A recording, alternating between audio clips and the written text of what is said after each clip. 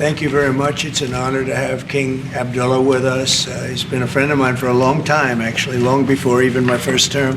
And we've had a great relationship. He's a great gentleman, a great leader, and does a fantastic job in his country. His son, we're lucky enough to have his handsome son with us today. It's good to see you again. We've had some quick discussions just now, and we're going to have some longer discussions after this. And the relationship with Jordan has been very strong, has been with me, and it really has been with the country. But I think I've been closer than other presidents to Jordan and what Jordan represents. And it's an honor to have you and your son with us today. And if you'd like to say a few words, and thank you very much. Mr. President, thank you very much for having us. And so short after your inauguration, I think just as a testament to what you said is a special relationship between our two countries and the personal relationship of friendship and trust between the two of us. Mr. President, I truly believe that with all the challenges that we have in the Middle East, that I finally see somebody that can take us across the finish line to bring stability, peace, prosperity to all of us in the region. And it is, I think, our collective responsibility in the Middle East to continue to work with you, to support you, to achieve those lofty goals. So I'm very delighted to be here. And as you said, sir, we've got some very interesting discussions ahead of us. Very good. Very good. Thank you very much. Mr. President, many people in the region, especially Jordan, are worried about the annexation of the West Bank. Will you give His Majesty the King guarantee that you won't allow Israel to annex the West Bank? And how are you going to I think that's going to work out very well. That's not really what we're talking about today. I think that's something that's going to work out automatically, and it's in good shape. And we discuss it, and other people have discussed it with us and with me. That's going to work out. West Bank is going to work out very well. Mr. President, why should the king take in the Palestinian people? He's made clear he doesn't want to. Well, I don't know, but he may have just something to say because we discussed just briefly. I think maybe you want to say it now, or? Well, Mr. President, I think we have to keep in mind that there is a plan from Egypt and the Arab countries. We're being invited by Mohammed bin Salman to discussions in Riyadh. I think the point is how do we make this work in a way that is good for everybody? Right. And obviously, we have to look at the best interests of the United States, of the people in the region, especially to my people of Jordan. And we're going to have some interesting discussions today. I think one of the things that we can do right away is take 2,000 children that are either cancer children or in a very ill state to Jordan as quickly as possible, and then wait for, I think, the Egyptians to present their plan on how we can work with the president to work on the Gaza challenges. I want to tell you, excuse me, wait, just please. I didn't know that, what you just said, 2,000 children with cancer or other problems, and that's really a beautiful gesture. That's really good, and we appreciate it. And we'll be working on the rest. With Egypt, I think you're going to see some great progress. I think with Jordan, you're going to see some great progress. Three of us, and we'll have some others helping, and we're going to have some others at a very high level helping, and the whole thing will come. It's not a complex thing to do. And with the United States being in control of that piece of land, a fairly large piece of land, you're going to have stability in the Middle East for the first time. The Palestinians, or the people that live now in Gaza, will be living beautifully in another location. They're going to be living safely. They're not going to be killed, murdered, and having to leave every 10 years, because I've been watching this for so many years. It's nothing but trouble. Everyone's being killed. They're being robbed. It's like living in hell, and they're going to end up having a great home, great families that don't have to get mugged and killed and beaten up and harassed by Hamas and everybody else. And I know we'll be able to work something. And what you just said about the 2,000 is fantastic. It's so beautiful. It's music to my ears. But we're going to be able to work something, and I know we'll be able to work something also with I believe, not 100%, but 99%. We're going to work out something with Egypt. But Mr. President, during your election campaign, Mr. President, how is the U.S. going to own Gaza? Your White House has made clear taxpayer dollars won't be used for this. So what money are you going to use to buy Gaza? We're not going to buy anything. We're going to have it, and we're going to keep it, and we're going to make sure that there's going to be peace, and there's not going to be any problem, and nobody's going to question it. And we're going to run it very properly, and eventually we'll have economic development at a very large scale, maybe the largest scale on that site. and we'll have lots of good things built there, including hotels and office buildings and housing and other things. And we'll make that site into what it should be. And the people from Gaza who wouldn't be able to be there for years, because you're talking about just to get it and prepare it and to take care of all of the problems that currently it has, as you know, tunnels, and people are in those tunnels. And you have some good people and some bad people, and you may have hostages right now. You know, you have the hostages possibly there. They don't know where they are. And, you know, I have a Saturday deadline, and I don't think they're going to make the deadline personally. I think they want to play tough guy, but we'll see how tough they are. But it's going to be a wonderful thing. It's going to be wonderful for the Middle East. I think it'll turn the Middle East. I think you're going to have peace in the Middle East. You're going to eventually have peace in the Middle East. Risk undermining the talks that you're having with the king today, and risk the kind of wider peace that you're trying to. Because we're not talking about a big situation. We're talking about something that can go very quickly. We're talking about it's going to go quickly. It's not going to take a long time. Okay, that's not going to take a long time. You know bullies. You know what a bully is, right? You know the bully. I've always, and I found it throughout my life. A bully is the weakest person. They're bullies. Hamas is bullies. The weakest people are bullies. You know that, right? All right, go ahead. Mr. President, you were saying that Palestinians will live somewhere else safe. Where exactly do you want them to live? Well, it's not where I want them to live. It's going to be where we ultimately choose as a group. And I believe we'll have a parcel of land in Jordan. I believe we'll have a parcel of land in Egypt. We may have someplace else. But I think when we finish our talks, we'll have a place where they're going to live very happily and very safely. And, you know, don't forget, they only want to be on the Gaza Strip because they don't know anything else. They never had an alternative. And they don't want to be on the Gaza Strip, but they have no choice. They have to be. And they're being killed there at levels that nobody's ever seen. No place in the world is as dangerous as the Gaza Strip. They don't want to be there. They have no alternative. When they have an alternative, not one person will want to stay where they are. Nobody wants to stay there. They're living in hell. It's a death trap. Mr. President, how do you know that the Palestinians don't want to leave their land? Some people say this is ethnic cleansing. You won't be able to force them to leave their land. We're moving them to a beautiful location where they have new homes, where they can live safely, where they'll have doctors and medical and all of those things, and I think it's going to be great. Yeah, any questions? King Abdullah, what do you think about the U.S. taking over the Gaza Strip? Do you want to see the U.S. own the Gaza Strip? Well, I think, as I said earlier, the president is looking at Egypt coming to present their plan. As I said, we will be in Saudi Arabia to discuss how we can work with the president and with the United States. So I think let's wait until the Egyptians can come and present it to the president and not get ahead of ourselves. And is there a parcel of land in Jordan that you're willing to have Palestinians? Well, I think what we said, I have to look at the best interests of my country. I think the president is very happy that we do this thing with 2,000 children as quickly as possible.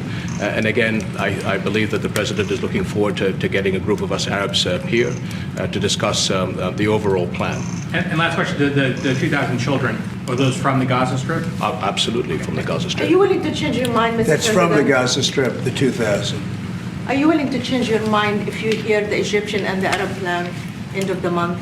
If they present you something different, are you open to I another think plan? we sort of have gone down the line. We know pretty much what is going to be presented, and I think it's going to be something that's going to be magnificent for the Palestinians. They're going to be in love with it. I did very well with real estate. I can tell you about real estate. They're going to be in love with it. But Mr. President, doesn't concern you that moving 2 million people from It's a there? very small number of people relative to other things that have taken place over the decades and centuries. It's a very small number of people. And they're living a terrible life. Look at the way they're living now. Nobody's living like that in the entire world. They're living under buildings that are mostly fallen down and will continue to fall down. And they're living under. People are being killed every day. The conditions are horrible. There are no conditions anywhere in the world that are worse than the Gaza Strip right now. But don't you have Mr. concern President, that you can destabilize Jordan and you said all Egypt? hell will break out if all the hostages are not released on Saturday. What did you mean by that? And are you encouraging Netanyahu to walk away from this deal? Have you talked about this with him? So I've looked at the condition of people coming out of the hostage situation, and it's horrible. I looked at the before and after yesterday. 3 young men. One is dead now, as you know, the older gentleman who died, which everybody said he was alive and well. He's dead. But the 3 young men, and I looked at them from a short while ago, and I looked at them now. They're emaciated.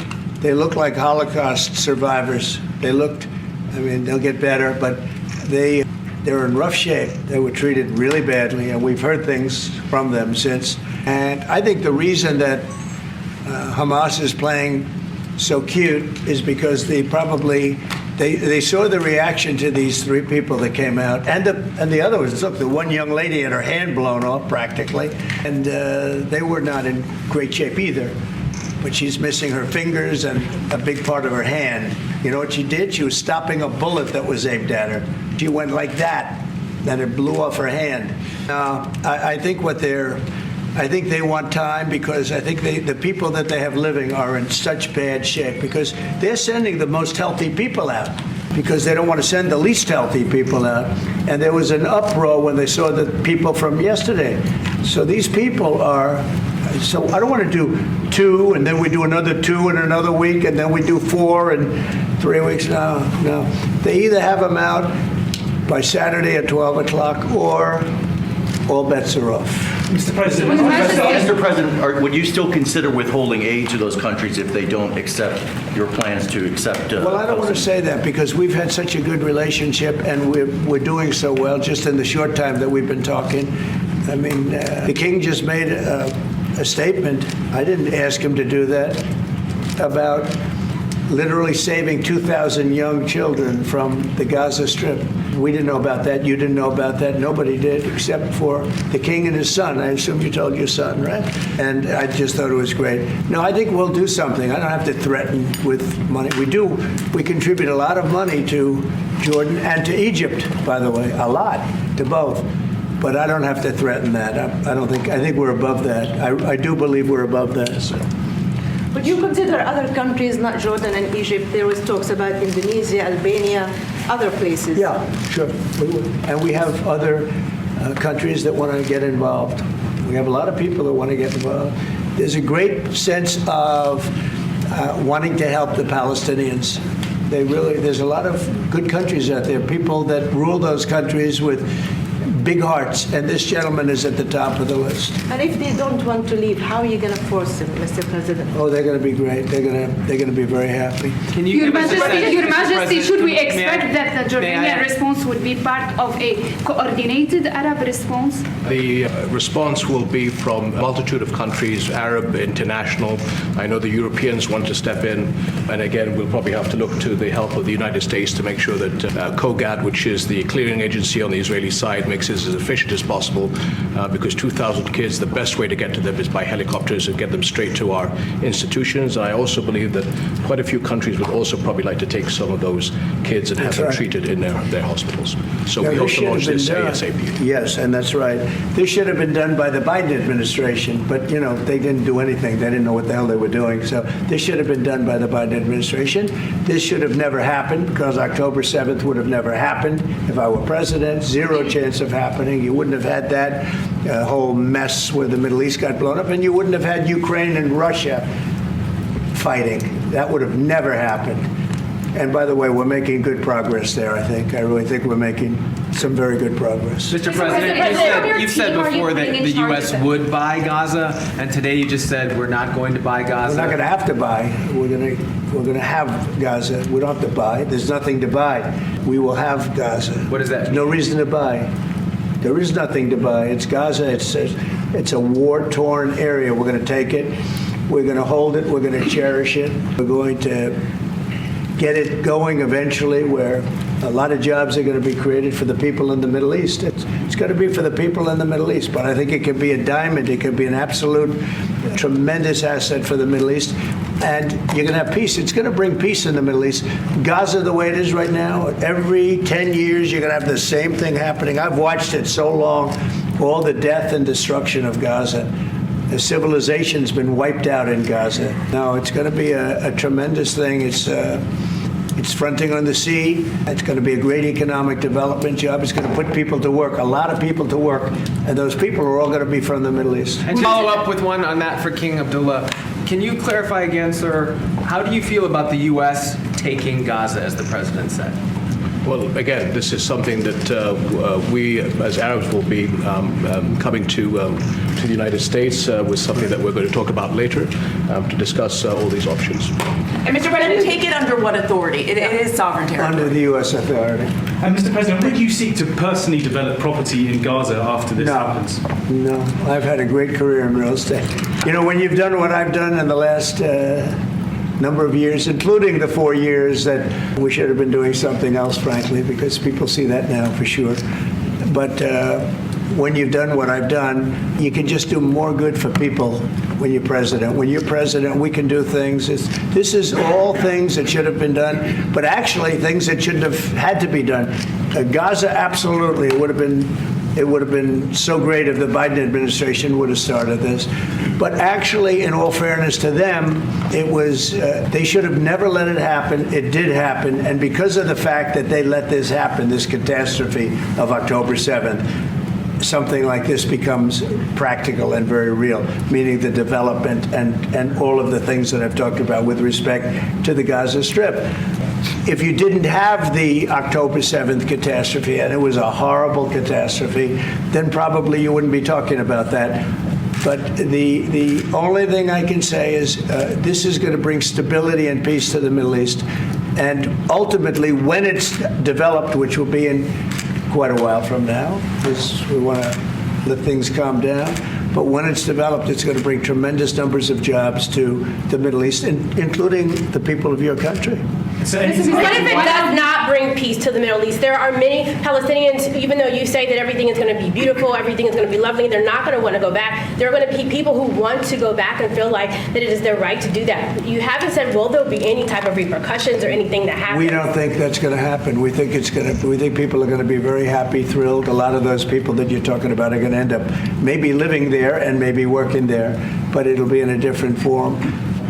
We have had tremendous support for this project, and we think the biggest asset of the project is going to bring peace ultimately to the Middle East. All right. Mr. President, Behind you. Mr. President, one of your promises on the campaign trail is to bring peace to the Middle East. It was a promise to your Arab voters here. The Arab voters in the United States oppose this. What do you say to that? Well, you know, if you look at Michigan, where we have a large Arab population, as you know, I was just telling the king that we won. As you know, I won the Arab population. Now, when I started off, I wasn't leading, and when I finished, a few months later, we started campaigning in Michigan. And when I finished, we won it by a tremendous amount, by 30 points. So my relationship with the Arab population has been fantastic, and my relationship with the Middle East is very good with all the countries, just about all the countries. Let's see, I would say all the countries. And they all want to do something, and they want to see peace in the Middle East. All the stories you hear about the Middle East not really wanting peace, that they want war, they want this, they want to go a certain place. Let me tell you, those stories are false. They want to have peace. I know them all very well. They want to have peace. They want to have a good life like other people. And this will be a big factor in bringing peace to the Middle East. Thank you.